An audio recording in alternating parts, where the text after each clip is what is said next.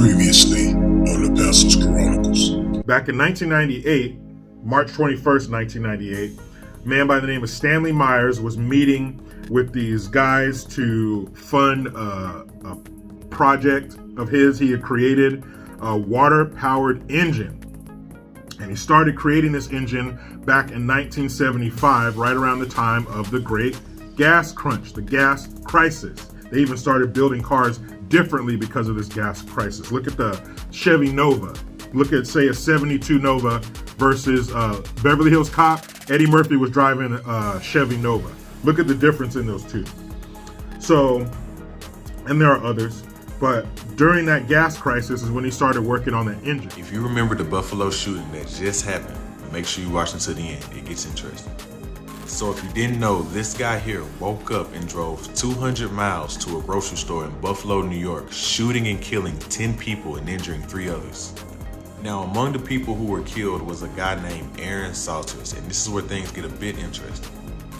Now, what caught my attention about this is that Mr. Salters was just on the news about a month ago explaining an invention he made, which was an engine that runs completely off water, no fuel needed. A completely hydrogen fuel system. And we all know what happened to the last person who decided to come forth with an invention similar to this one. Possible active shooter at the top. Before Buffalo police rushed to Tops Friendly Market Saturday, there was Aaron Salter, the security guard, killed as he served and protected. Aaron Salter, 55, retired Buffalo police officer. Loved electric cars. He built a lab in his garage where he spent countless hours working to develop an engine that could run on water. It's not really going for gas fuel? No, there's no gas fuel. Well, I can't tell you how I use it. I do have a patent pending. A local inventor has discovered a way, hear this, to use water to run your car. Out of the water. So is it possible, because they're talking getting electric cars, everybody getting an electric car, we're going to put 500,000 charging stations across the U.S. Biden is perverted, our grandpa in chief telling us, why don't you just buy electric cars? But what would fly in the face of electricity? What do we all have access to? Because see, to get electricity, you got to have the charging stations. You got to put one in your house, a PG&E. That's what it is out here in California, Pacific Gas and Electric. I don't know what you guys got, East Coast or whatever, but out here it's PG&E. So you got to go through PG&E to get electricity, even if you have solar. Your meter is still running and it's still controlled by PG&E. If you have solar, PG&E still has to come out and approve it for you to use it. So you got to go through somebody. Well, we all got access to water. We all got a hose. We all live by a lake or an ocean or something, but we all have sinks and stuff and hoses in our front and backyard or whatever. So that we could supply ourselves. That would take them out of the picture. That would give us personal responsibility.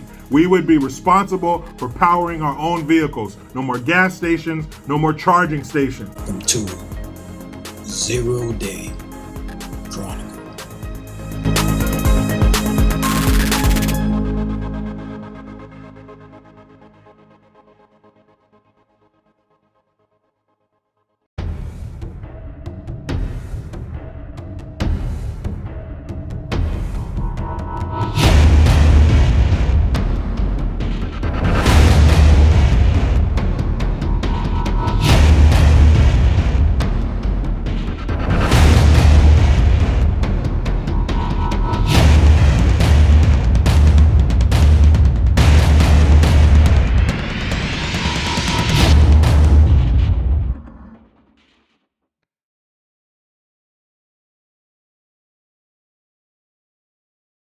Before starting the video, make sure to smash that like button.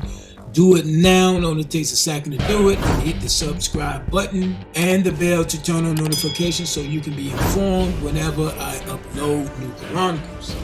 Also, visit my website, that is tpchronicles.com. There you can read articles and see videos that cannot be uploaded on YouTube. You don't want to miss those videos.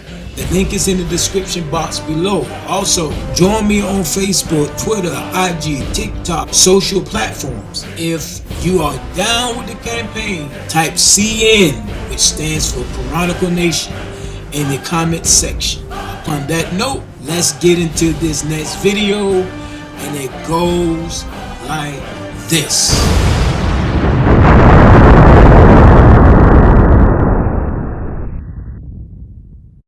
Logic from the left never ceases to amaze me. They say that an 18-year-old, their brain isn't developed enough to be able to, have a weapon, own a firearm. But a 5-year-old, yeah, completely old enough and mature enough to be able to choose their own gender.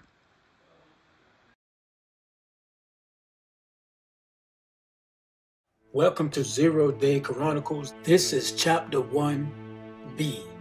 In this part of the Zero-Day Chronicles, we will touch on mind control and how these mass shootings are doing their job on the American people and in the world. We will touch on how the Drago or Dragon Brotherhood uses mass media to shape the world, brainwashing it and preparing the mind for the following fabricated events, which we see in their programming, which is called predictive programming. Now, I just want to give you a little insight on what Zero-Day movie is all about. And then I think maybe in chapter 2A, we're going to start off with what Zero-Day actually mean. And people, it's going to make sense as we build. All right. So Zero-Day, the actual movie, came out in 2003, as well as Elephant.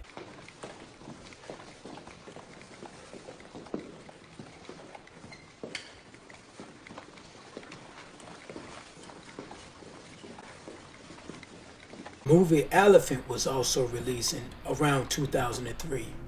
In Zero-Days, you had Andrew and Cal, a pair of military-loving misfits from a small town in America. They harbor a hatred of their high school so caustic that they devise a plan of attack called Zero-Day. We are the Army of Two. This is our high school located in our town. It is our worst enemy. It is our nemesis. What's next? Okay. There will be a series of missions followed by a final big-ass mission called Zero-Day. That's it. Oh, we're done now, right? Yeah. God, I hate this school. You hate it.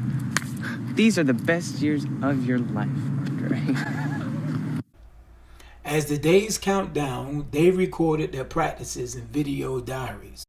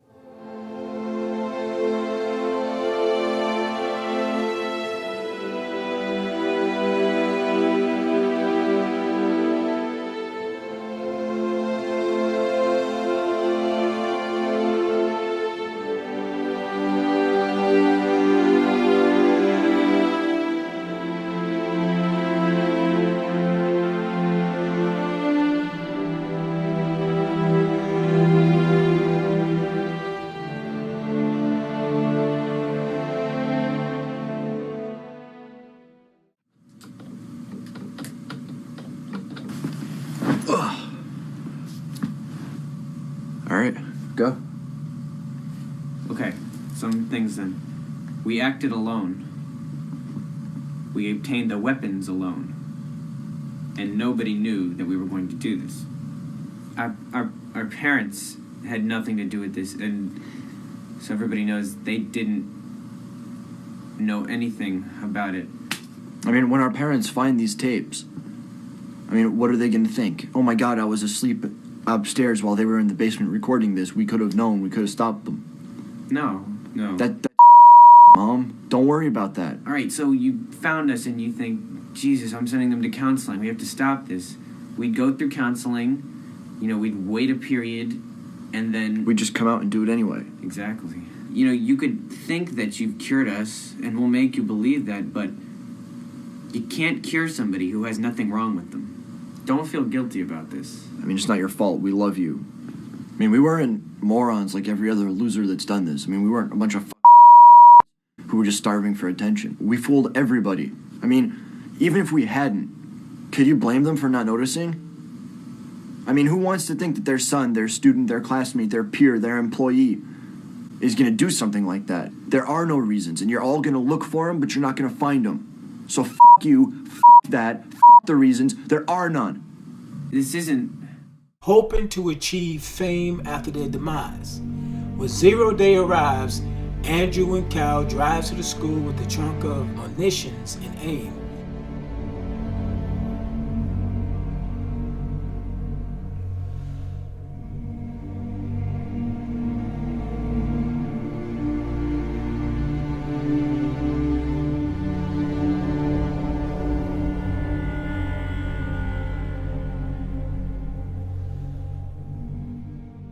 At this point, I want you to pay close attention to 841, or basically numbers. We may not touch on everything in this chronicle because of time's sake, but I want you to pay attention to the time or numbers because time is critical to the synagogues of Satan. They do things in numerology. Before we break down this time, 8:41 a.m., I want to play a small clip from one of my chronicle series called Sex Kittens, which is on my other page. The link will be in the description below. And it is about the song In My Feelings by Drake. And here you will learn how the occult uses numerology to decide who they will sacrifice for the greater good. Duality, the yin and the yang, a means to an end. So right now, let's go ahead and drop this video, In My Feelings by Drake, so you can learn what numerology means and how the occult, inspired by the devil to create events, rituals, sacrifices, times when they do these things, they actually believe that Lucifer speaks to them through numbers. And through these numbers, that's when something going to take place, whether it's war, pandemic, a shooting, whatever. These things take place by numerology. And some people be sacrificed for the greater good. So here is In My Feelings by Drake. And this is also chapter 2E. And the link will be in the description below.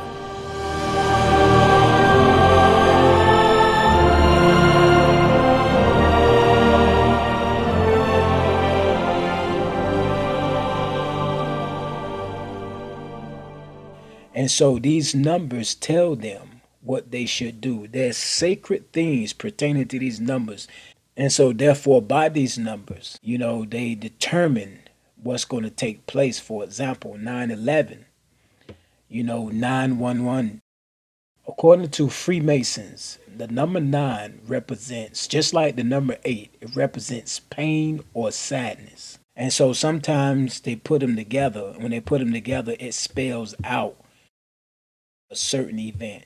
And we show this in, I want to say part 4 and part 3. Part 3, we showed Wanted, where Angelina Jolie played in a movie called Wanted. They manipulated him and put him on. If you look at the whole movie, he's been under like mind control. They control his mind. And also, the most important thing in this movie is the stitching of the fabric. In that fabric, there's numbers. That Morgan Freeman, he played actually the leader. And the secret society is what actually gives the hit. And so the handlers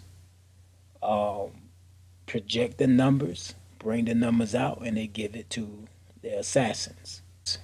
And these numbers verify what type of event or assassination would take place in the world. And so, what I'm going to show you in part 3 and part 4 of In My Feelings Chronicles is to understand the occult numerology. So, let's get on with part 3. You see that one thread that missed the weave and lies on top of the others? Like a mistake? No, it's a code. If the vertical thread is on top, it's a 1. If it's below, it's a 0. Binary code? What does it say? It's a name. A target. Where do the names come from? Come out of a necessity, Wesley. Necessity to maintain balance in the world. They are orders that must be executed, entrusted to us so that we might forge stability out of chaos. We will pick up the numerology and what 8:41 a.m. mean, and what does 8:41 a.m. have anything to do with the time when the gunmen opened fire in the elementary school down in Texas. It was recorded that the gunmen walked into the west side of the school at 11:40 a.m. What does 11:40 a.m. have anything to do with 8:41 a.m.? I want to play a clip before I end this part of the chronicle.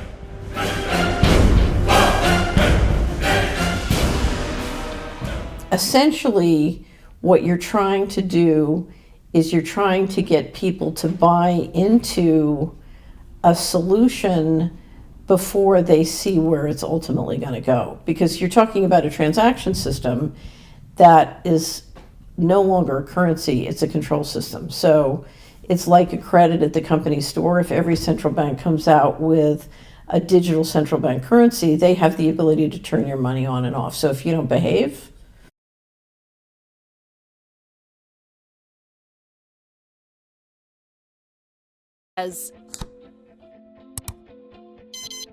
Does cash still hold the same value? Cash is still relevant, but cash is no longer king. Although people in this country and around the world do continue to use cash to purchase things every day, that is decreasing. Electronic payments have cannibalized checks. Card payments have grown, but cash has remained king. 2/3 of transactions under $10 are done in cash. Although data surrounding COVID's impact on cash has yet to be reported, the pandemic is expected to cause a drastic decline in cash usage due to the risk of contamination.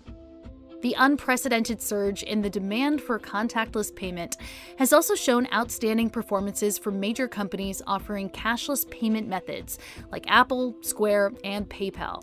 You're seeing digital payments in this crisis move from being a nice-to-have capability to a must-have essential service. Whether it is credit or debit or prepaid cards or peer-to-peer services like PayPal or Venmo or others, we're seeing a corresponding...